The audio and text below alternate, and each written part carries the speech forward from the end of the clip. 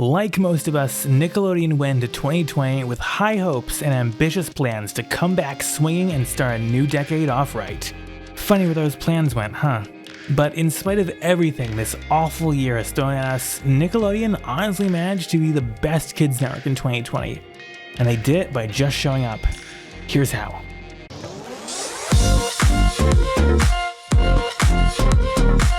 Coming into the new year, Nickelodeon really needed 2020 to work for them. 2018 had already been a bad year for the channel, and Brian Robin's full ascension to the helm in 2019 was marked by bitter burnoffs, crushing cancellations, and deeply questionable programming decisions. But from the network's upfront presentation at the start of the year, it looked like Nick was finally coming out swinging with a raft of much-needed new content to shore up all the channel's various programming fronts. And when these shows finally aired, it really felt like Nick was putting their best foot forward and setting themselves up for a really good year. At least, that's what we wanted to believe at the time. Maybe I just need the element of surprise! Okay, maybe we have a small problem. First at bat was It's Pony on January 18th, 2020. A British-flavored chronicle of a young girl and the wacky title horse that loves her that was technically supposed to premiere in late 2019. The extra weight proved to be no big deal, as what we got was an eclectic, charming, adventurous show, equal parts calming, simplistic, and wacky. The show is an artistic, aesthetic, and in some ways tonal break from much of Nick's recent fare, but the pivot here is executed gracefully so as to not be jarring. If you haven't been watching Nick cartoons beyond their recent dearth of them, consider trying this one.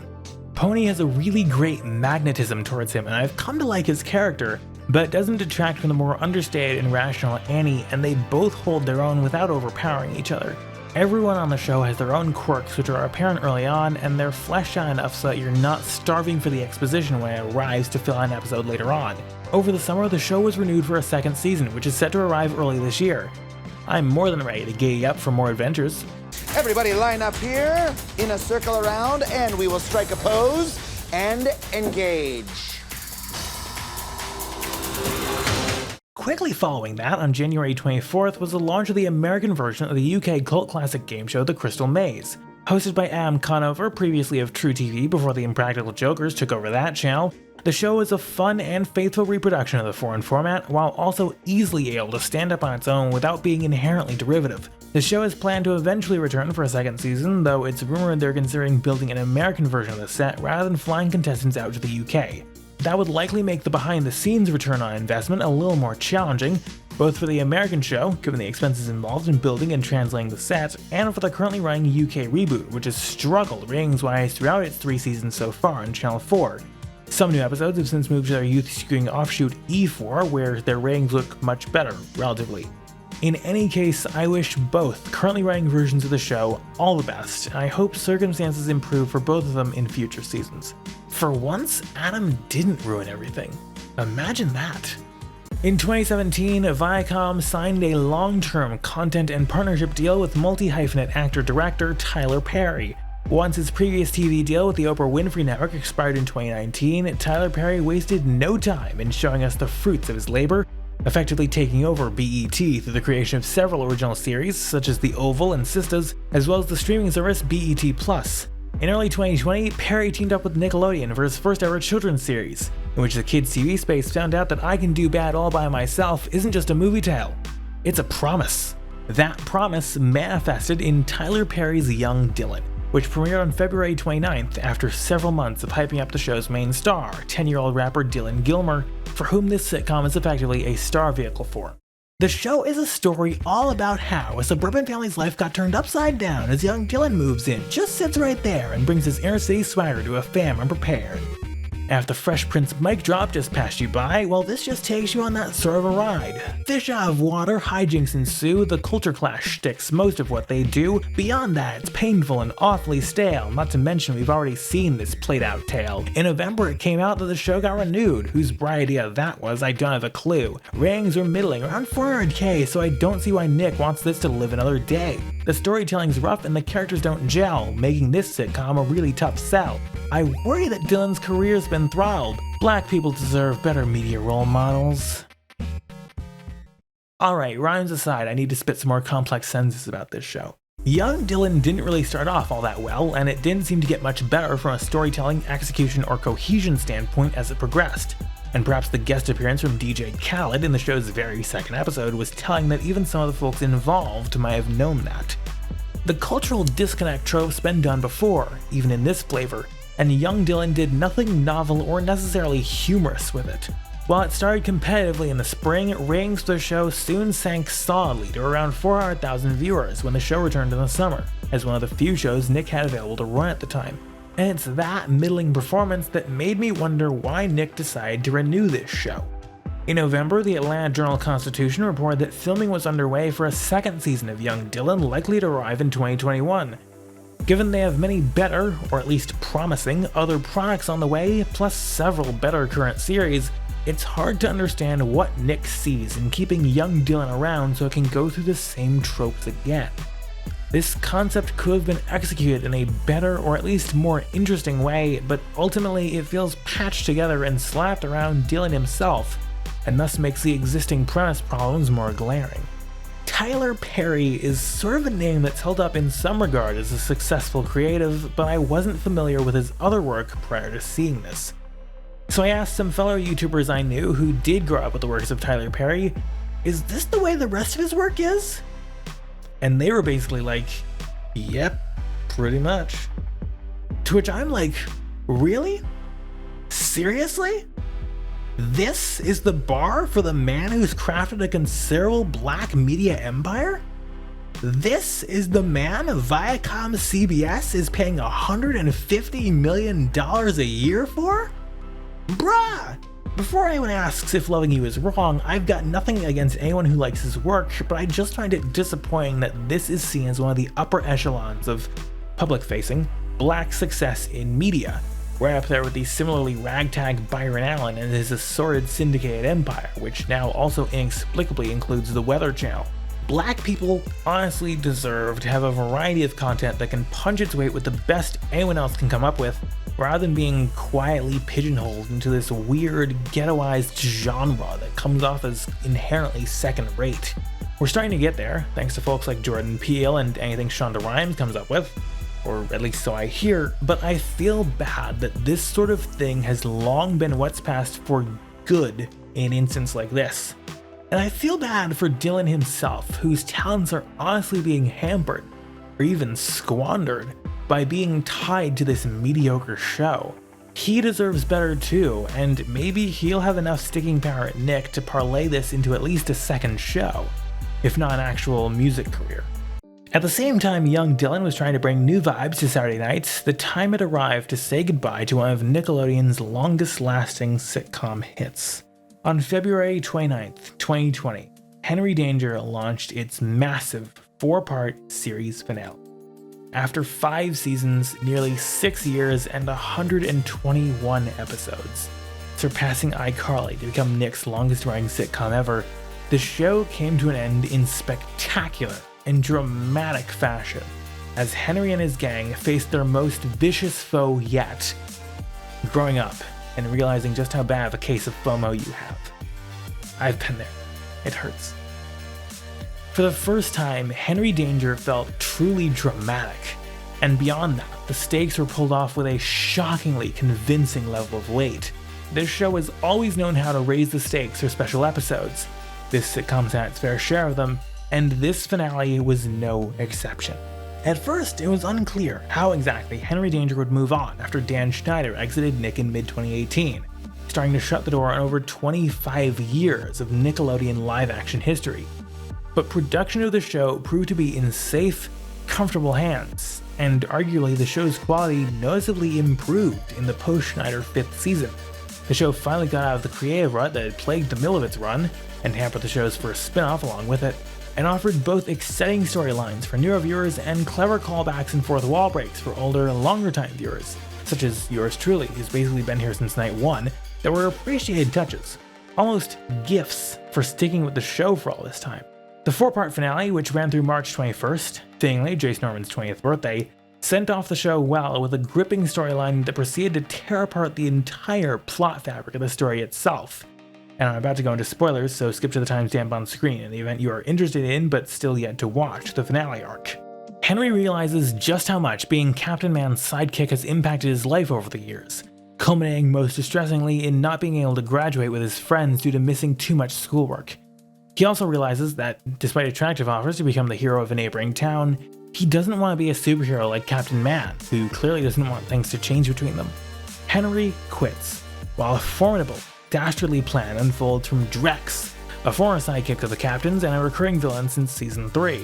The show had been teasing his plan over the last 6 narrative episodes when the series returned after the holidays in January.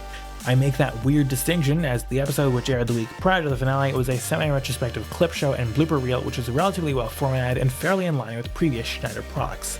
The threat of Captain Man being wiped from the memories of all of Swellview loomed as the Captain and the Kid fight again, one last time, in a dangerous battle that could very well mean the ends of them both, and the beginnings of a few new heroes in the process.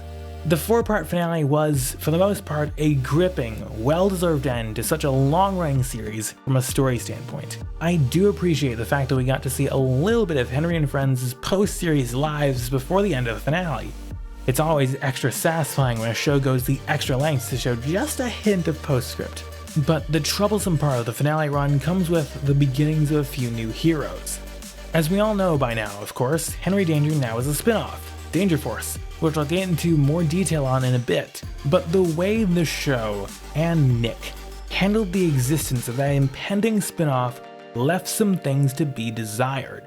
We meet a pair of new characters in the second to last new narrative episode before the finale, another new character in the episode that follows that, and a fourth in the first episode of the finale arc.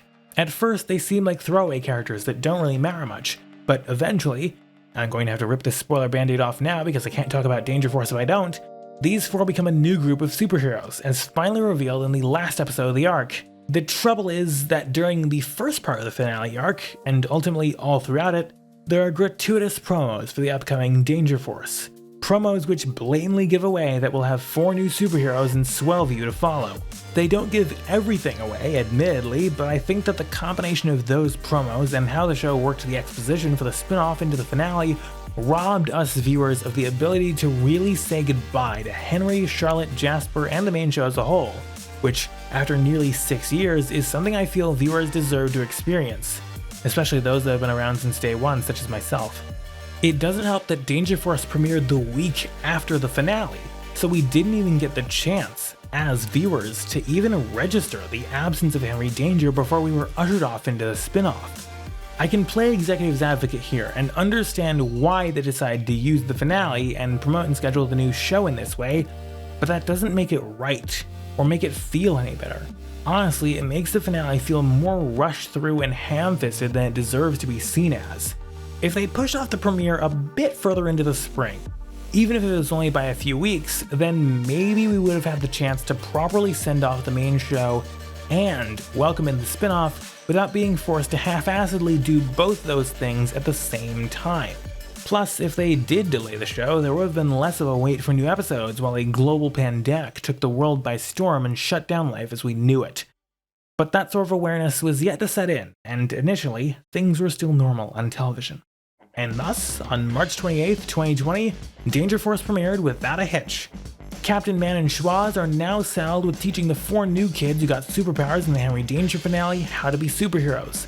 The new series wasn't its absolute best right out the gate, though it was still 90 to 95% of the way there, but it certainly improved as later episodes aired and the show was able to find its own rhythm to get into. From a tonal and structural standpoint, it's very similar to Henry Danger Season 5.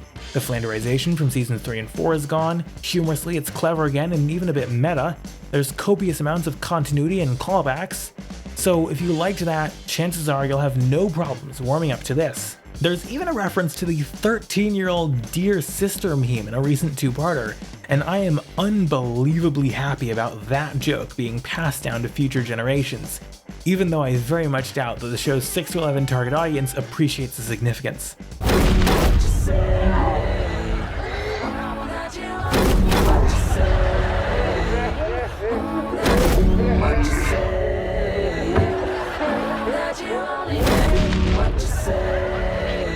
Danger Force is a more than worthy successor to its parent series, and the show's ratings initially reflected that.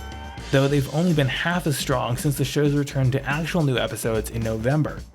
Hopefully, ratings are able to recover with this new crop of episodes that start on January 23rd, as I still don't trust Nick to rein in their trigger happiness when it comes to cancellations or schedule screwovers just yet. Fine, but I am not a soft taco, okay? I'm a hard taco. Hard! Avec guac! Nickelodeon boosted their animated slate in April of 2020 with the premiere of Ollie's Pack, which proved to be everything I love about Canadian cartoons, but broadcast on American network, so maybe you'll get more than one season this time. Going down is actually the only notable thing Canada put out in 2020. The show follows the titular Ollie Allen as he keeps control of the powerful, dimension-hopping, and also title-mentioned Monster Pack with the help of his friends Cleo and Bernie and alien mentor Captain Wowski. The show brings a different flavor to Nickelodeon from previous series, and I implore you, if you haven't watched any Nick cartoons lately, or you spent the last year and change lamenting the slow death of Rise of the Teenage Mutant Ninja Turtles, consider tuning back in now, not only because of its unabashed Canadianness, but also because of its unique, quirky characters and inventive, if firmly moral-driven, storytelling. For once, we finally have a show that's successful at being an action comedy, doing lip service to neither of those genre concepts, and actually delivering an engrossing balance of humor and excitement. There are even a few teases of story and continuity in this show, though while they've opened a possible door, they've stayed away from lore whore turf. We're just over halfway through the show's season at this point. The show's been running in Steven Baum-style strip premiere weeks, with the most recent one being in mid-December, just before the holidays, and if you haven't seen it around already, I'd say it's more than worth a look. However, as the spring dragged on and some of the worst impacts of the global coronavirus pandemic began to set in on our shores, the sunshine and rainbows were well and truly over. Even the most deluded of our population were well aware that the world had now been thrust into uncertain times, where experiences we had easily taken for granted as givens before were now no more than forlorn, unattainable memories. In this unique, unprecedented, and deeply challenging moment, people of all ages turned to entertainment of all forms to keep them company and sane as they existed within the confines of their own homes. And for some of TV's youngest audiences, likely confused and concerned about this grave new world they're growing up in, Nickelodeon decided to take action to help kids through these trying times, reminding viewers how to navigate life in the time of COVID through their #KidsTogether campaign. The bumpers and interstitials consisted of not just the usual health and hygiene advice, but also, admittedly much needed, reminders of what day of the week it was, supportive messages from the network's talent, and other helpful tidbits. The network also partnered with a company called Go Noodle to produce interstitials to promote physical activity, which ran the network at the top of every hour during Nick airtime over the spring. I have to give some immense praise to Nickelodeon for going to these lengths to help their audience through the worst of the pandemic in a way that we don't really see from networks all that often anymore, if at all. It's this level of caring and willingness to care when it's warranted that has always raised Nick a cut above in my time as a frequent viewer of the channel, in an age where much of linear television seems more than happy being a little more than collections of advertising interrupted by programming, Nick's own sibling Nick at Night being one of the more egregious examples, funnily enough. Even though I'm no longer a part of their demographic, it's clear that Nickelodeon still takes their audience, and how they care to it, seriously. Well, at least outside of programming and scheduling decisions, but that's not a new can of worms exactly, though I'll get to that later. And given they had already found their legs in exceptional times, it was easy for Nickelodeon to stand up in solidarity with those protesting for racial justice over the summer, with the channel enjoying its Viacom CBS sibling stations, eventually, in going off the air for 8 minutes and 46 seconds to speak up in the wake of the police killing of George Floyd, while Nick scrolled their Declaration of Kids' Rights, made in the 1990s but conveniently more relevant now as kids become more aware of social issues, across the screen. The network doubled down by airing a 1-hour special on June 29th discussing topics of racial justice entitled Kids, Race, and Unity, a Nick News special. Hosted by Alicia Keys, because I guess she's not doing anything else these days, and also because Linda Ellerby's show under that title was cancelled 5 years ago. While every kids network responded to the summer's racial reckoning in their own ways, Nickelodeon was able to tap into their history of going beyond entertainment, and their parent Viacom CBS's history of televisual activism, which was put on display plenty throughout this year, to deliver in an authentic way that rose to what the moment was asking of it. Sure, there were ways they could have been more overt about, but at least it went down better than Cartoon Network's attempts to respond to the occasion. Black people can't marry white people. The network still occasionally runs bumpers subtitled as "The Conversation Continues" deep in the corners of Nicktoons somewhere, where Nick stars discuss why continuing the fight is important, which is a nice, if understated, way to keep the topic around even as the major headlines have moved onto other things. I say all this about going the extra mile to care to their audience and rise to the occasion in trying times, with the explicit exception of the network's programming and scheduling department. They deserve no praise for some of the atrocities they committed out of desperation during the pandemic. After their springtime schedule fell apart and they ran out of pre-pandemic live-action programming to run, and I still feel they shouldn't have strip premiered Ollie's Pack given the circumstances, Nick didn't exactly know what to do with themselves.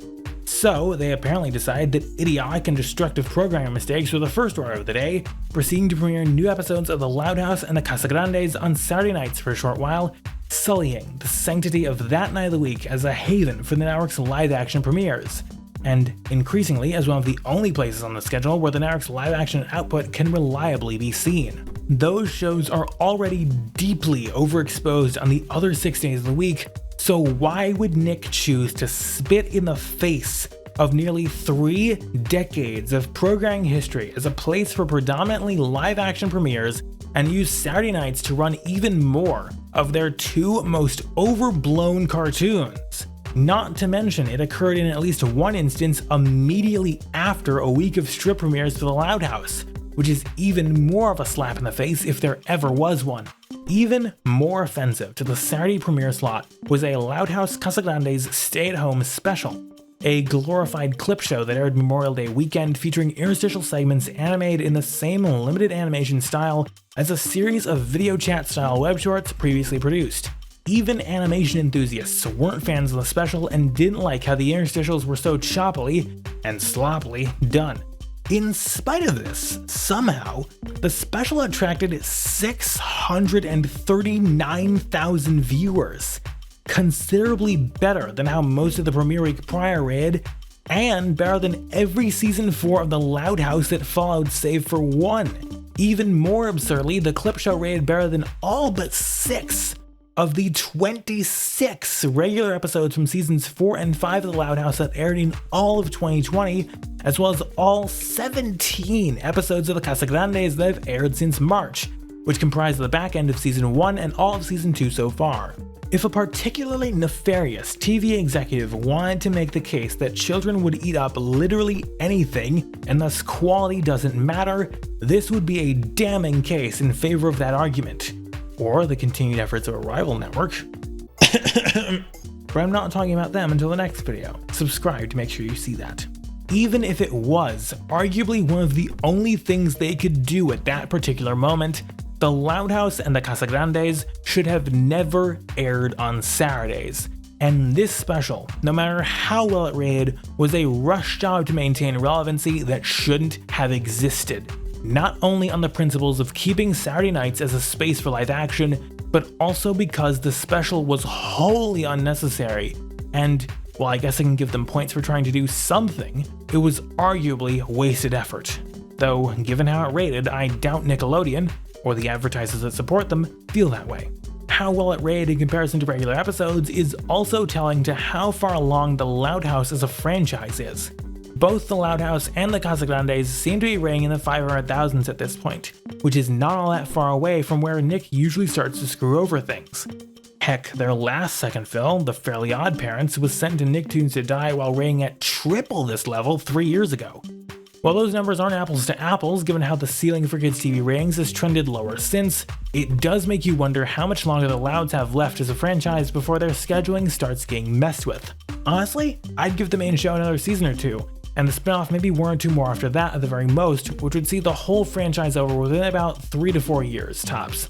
Nick didn't flail around destructively forever, however, and over the summer they did figure out a way to get something live action onto Saturday nights again, even if it was somewhat second-tier temporary fare. The first such series was Group Chat, in which 2 hosts were joined by assorted celebrity guests to take part in a variety of games and shenanigans. Initially, the show was hosted by Annie LeBlanc and Jaden Bartles, who, in a different timeline, would have been starring in their own sitcom, Side Hustle, around then, though that would eventually happen. Keep watching. For a second, later fall run, Annie would be replaced by Brent Rivera. It wasn't really anything all that spectacular in concept or execution, but one could argue it filled the time slot, and Nick's desperate need for content, convincingly enough, given what they could do at the time. Arguably, the more creative concept of what Nick came out with over the summer was Nickelodeon's Unfiltered, and I don't understand the compulsion to so specify. Reminiscent of a recently popular Korean import, but legally and structurally distinct enough to avoid a lawsuit, the show is a virtually conducted guessing game in which 3 young stars, tied to the Viacom CBS fold in one varyingly tenuous way or another, attempt to extract clues to the identity of celebrities hiding behind CGI animated filters and some voice modulation. It doesn't sound terribly striking as a concept, admittedly, but as I've said before on this channel, simple ideas can execute themselves to grand success. I mean, a Name That Tune reboot just premiered on Fox back in January 2021. How the execution of Unfiltered worked so well is through the strength of the show's mystery celebrity selection, bringing in talent from far and wide to really make it a game instead of which easy to grab Viacom CBS stars plugging their show this week, and through the show's masterful visuals that take cues from Vaporwave and the wonderful world of Snapchat filters. Jay Farrow, of SNL fame, as the show's wacky host, helped sell the show's secondary interest in crafting a measured absurdity. Instead of succumbing to the limitations of a worldwide health crisis of unimaginable proportions, Unfiltered instead worked around those challenges to create something truly unique that could be kept around after the pandemic is over. And Nick seems to think so too. The show was initially ordered for just 6 episodes that ran between mid-July and mid-August, before Nick tacked on another 9 after the initial run aired, which ran September and October. On January 7th, 2021, a second season premiered without any real notice or warning at all, though now running on Thursday nights rather than Saturdays, as Nickelodeon expands its premieres further backwards into the week.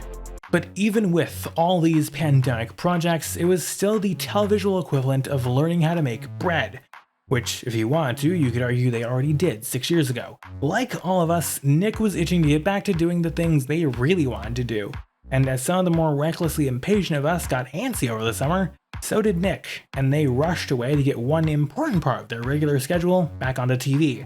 Danger Force's initial springtime run of episodes ended on May 9th, 2020 with Quarantini, a special episode of the series produced in quarantine. In the episode, it's not a raging global health crisis, but instead it's just that there's a natural gas leak over Swellview, put in motion by somewhat recurrent villain Franchini, and the Danger Force team have to bide their time at home while investigating. The episode ends in a charity song style uplifting number, which is a nice and fitting touch. On August 1st, Nickelodeon promoted Danger Force as being back, though the triumphant return only comprised of 1 episode, followed in subsequent weeks by a series of quarantine shorts produced in a similar manner to the Quarantini episode. They might have had a reason to hold off on that one final pre-pandemic episode though, as it was the first part of a massive 2-parter which featured a guest appearance from none other than Jace Norman himself reprising Henry Hart. The 2-parter being left hanging sort of salted the wound that was the dearth of content Nick suffered from over the summer. Television hadn't fully adapted to exist in pandemic times yet, and given there was no end in sight to the situation at the time, the unfinished nature of this 2-parter lingered in an almost metaphorical manner. Meanwhile, while all of this was going on, All That, the rebooted executive pet project that is actually pretty decent, and I discussed in greater detail in my year-in review video from last year, seemed to wither on the vine, running unpromoted throughout the pandemic. The show ran the 8:30 time slot in the spring and rated decently enough, though not stellar, but when Nick's summer scheduling began, the show was ditched at 9 p.m. in favor of other series such as Young Dylan, Unfiltered, and Group Chat, and ratings descended precipitously just from that shift. Nickelodeon has let 9 p.m. become a wasteland in recent years, either burning off series they are unpromoted, letting it lie fallow, or even just giving the time slot to Nick at Night, which would be absurd in a different era. Nick seems to strictly only care about the 8 p.m. hour nowadays, and that's disappointing. An hour of premieres does not necessarily a new Saturday night make, in my eyes. Just to illustrate how damaging the 9 p.m. move was for All That, the last episode that ran at 8:30 on May 16th, 2020 garnered 528,000 viewers. Not massive, but decent enough. The following week, the show moved to 9 p.m. and attracted just 416,000 viewers, a drop of over 100,000, instantly turning the rating situation from decent to concerning. The show then took a break, and upon its return on July 11th for a 6-week midsummer run, proceeded to sink further to only 331,000 viewers, another 85,000 viewer drop and nearly 200,000 below where it was mid-May. It stayed in the 300,000s for the rest of its run, save for a bump up to 408,000 on August 1st, on the coattails of the Danger Force return, and then he plummeted to 260,000 on August 8th, the lowest ratings since its return at that point. The lowest rating episode crown has since been taken by the most recently aired new episode, thrown out on December 17th, 2020, airing an hour earlier at 8 p.m. but still third in a scheduling stack of 3 shows and effectively airing as part of Nick at Night. That episode netted only 206,000 viewers. It remains absurd to me why Nick wanted to treat all that, a perfectly alright performing show, in this seemingly intentionally destructive way throughout 2020, especially given how little of their regular programming they had through the meat of the year. Why would you throw away what little new pre-COVID content you have like this? I'm honestly worried about the future of the rebooted sketch show, as it seems to be forcibly consigned to a fate it doesn't necessarily appear to deserve. However, just as with the pandemic itself, the worst of it wouldn't last forever. In November 2020, Nickelodeon began to find its feet again as they managed to get many of the shows they had planned for this year produced and on the air. And first on that order of business was Danger Force, which returned on November 7th, 2020, with the second half of that excruciating two-parter, finally answering why Henry Hart is back in Swellview. The episodes that have run since the break have been some of the show's best episodes yet, as the series has really seemed to warm up and hit its stride. Heading into 2021, it looks like the best of Danger Force is yet to come. Half an hour later, Annie and Jaden finally got their sitcom. I paid millions of dollars for a vitamin that makes kids want to eat nachos? Speaking of dollars, where's ours? Would you consider being paid in relishes? Great question. No. Side Hustle premiered on November 7th as well, a fresh new buddy comedy about best friends who take on odd jobs to their locally devised gig work app in order to pay back their principal, and one of the friends' dads, for the boat they accidentally told. Side Hustle isn't the most tightly put together series at times, but its strength is in how it plays fast and loose, rolling with the punches as they come and having a strong and unique cast of characters to keep everything moving smoothly. Serious props are in order for Side Hustle, honestly, as in all my years of watching kids TV, and Nick, I don't think I've seen a series execute quite like this. The characters are a unique, quirky blend of traits and qualities that combine with the sturdy creative promise to build out far more interesting and potentially long-running of a show than I was initially expecting when I first discussed this series back in my look at Nick's Upfront back in February of 2020. If Side Hustle is indicative of how future sitcoms on Nick will be in the era beyond Schneider's Bakery, then Nick will have no problems putting out compelling live-action fare. Consider me fully on board. And even if you're not usually one for this sort of thing yourself, Side Hustle honestly feels different than anything I've seen come out on kids TV as of late, so like with a lot of Nick stuff in 2020, I urge you to at least consider checking it out. Speaking of things that are different than anything else on kids TV, right, Sammy? Oh, no way. That's crazy.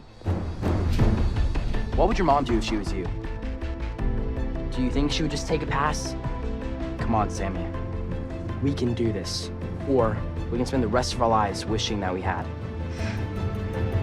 On November 13th, 2020, Nickelodeon set off on an unprecedented journey with The Astronauts, an ambitious action-adventure series that hits all the same wondrous, awe-inspiring high notes as outer space itself.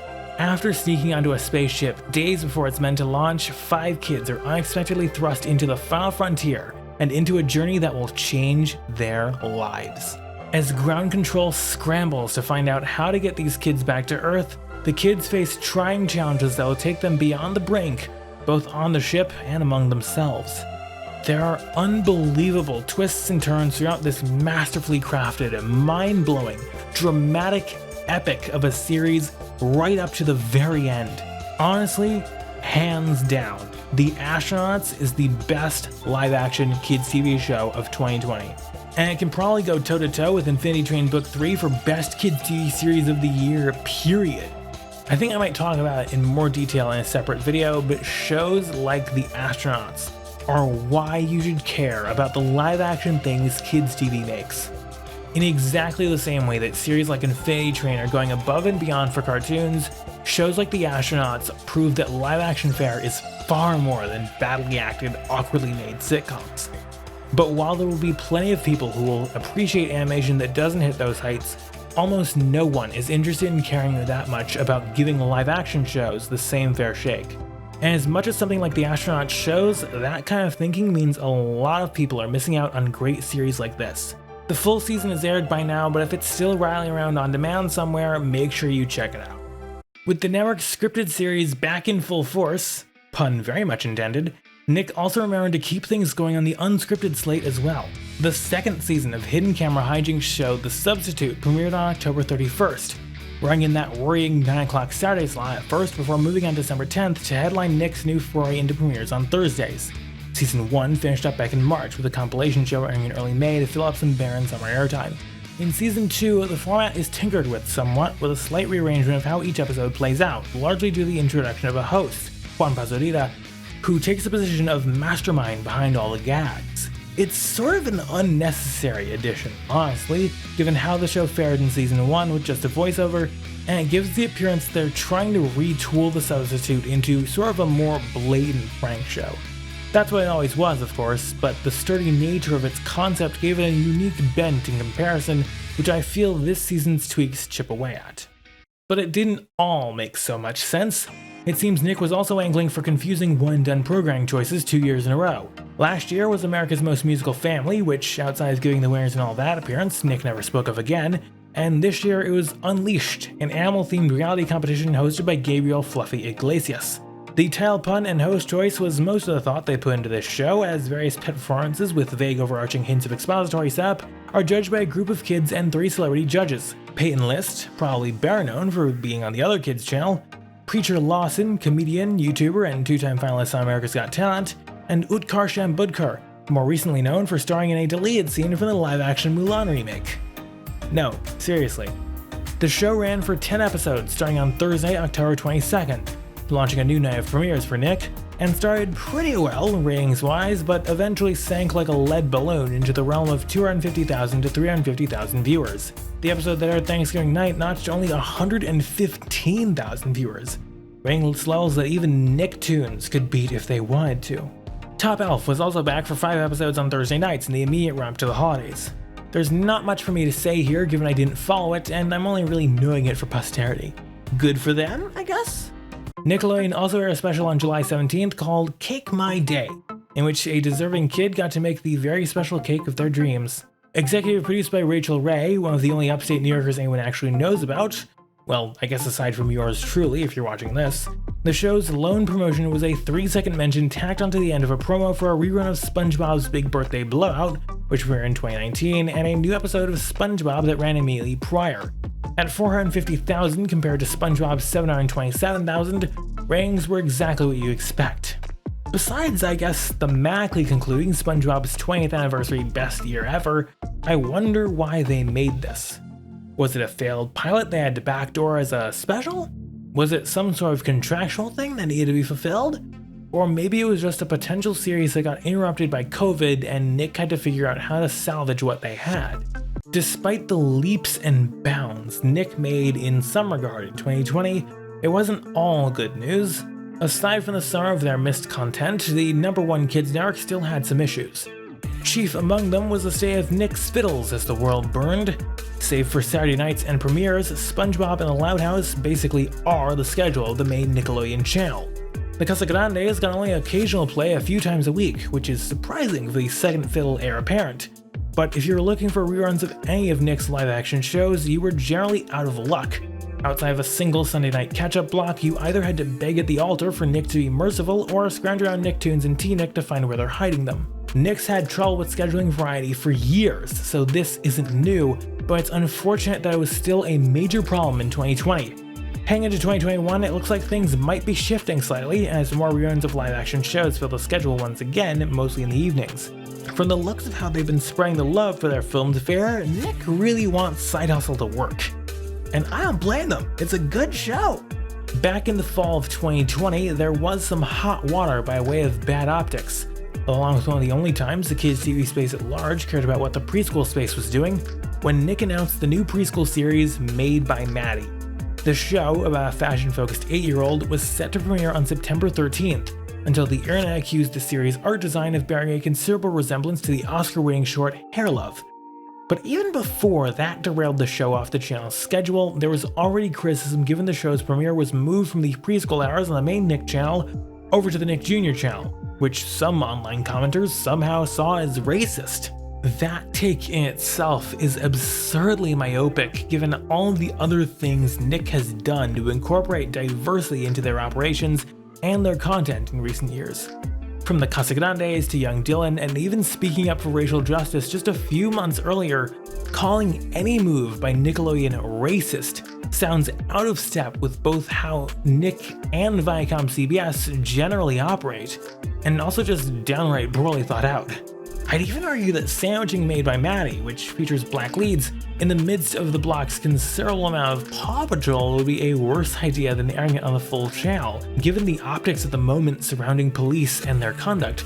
Plus, the Nick Jr. channel, while lower than the main outlet, still rates decently on average, so the move wouldn't have been a death sentence in any case.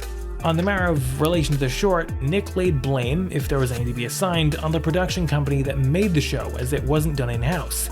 Said production company denied the comparisons and argued that they had been working on this project for over 5 years, longer than the short had been around. Given the show hasn't been heard from since, it's likely we'll never find out what the deal is with it for certain. The controversy surrounding Made by Maddie proved to be just another example of the kids' TV community and others at large jumping to hasty conclusions about a series yet to premiere that are ignorant of the bigger picture and are even absurd with context. It's an urge that's somehow been made into an art, but one that will have to be disposed of for the sake of having the actual discussions that the space wants, or at least claims to want, and that the content deserves. I don't think this annual retrospective would be complete, nor would it be about Nick, without sparing some mention of the shows that got utterly screwed over this year. And this year, the Shirks were pretty high profile, which makes me feel a bit less outcast in mentioning them. Though it probably helped that they were both animated this year and thus on the radar of people besides me.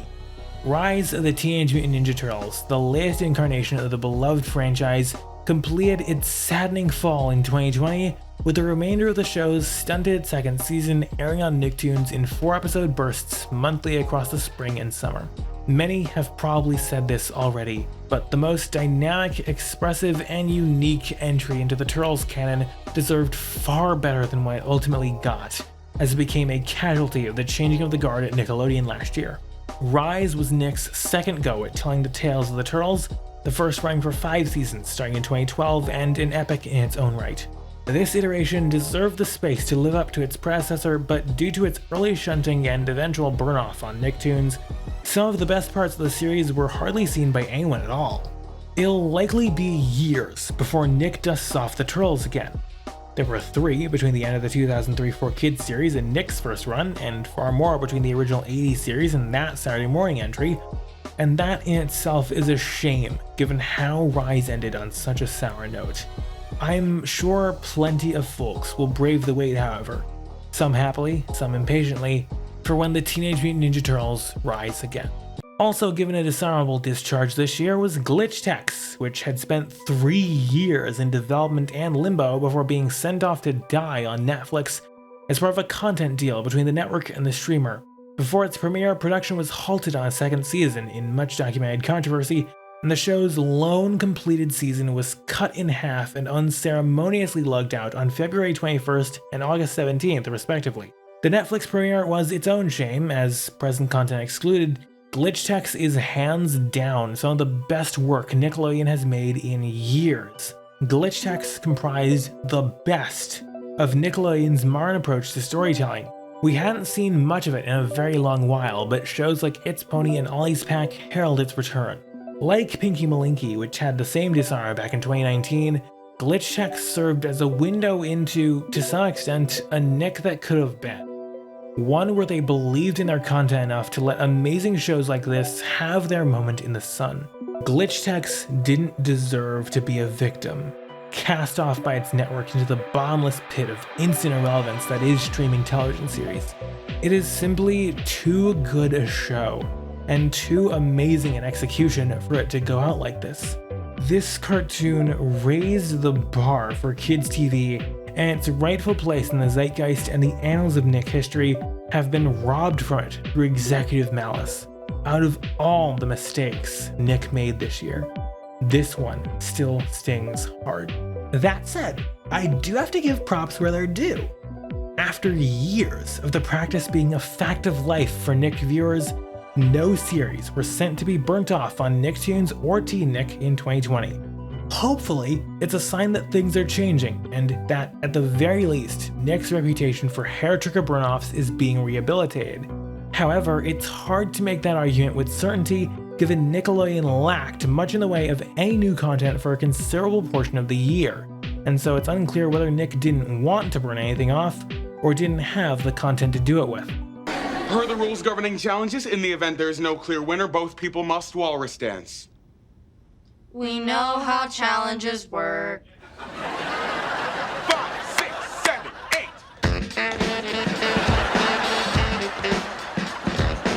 8. Through everything that happened, 2020 served as a reminder of why I've come to love Nickelodeon over the years. Their re-entry into original cartoons was understated yet spectacular, and their live-action creations are equal parts exciting and eccentric. And even through an impossibly challenging year, Nick still managed to push the boundaries both of what kids TV can deliver and what kids TV can do to impact and inspire its audience. When other networks chose to phone things in, Nick decided to stand up and show up, battling its own adversity and old problems laid bare to help everyone else through the world's adversity. No other network stepped up to the plate and brought their A game like Nick did in 2020, and in doing so, they came out on top in this pandemic-riddled year. I'm not worried about Nick's future going into 2021, and I think that the theme song to Side Hustle sums up the reason why nicely. I've got you, got me, we got this.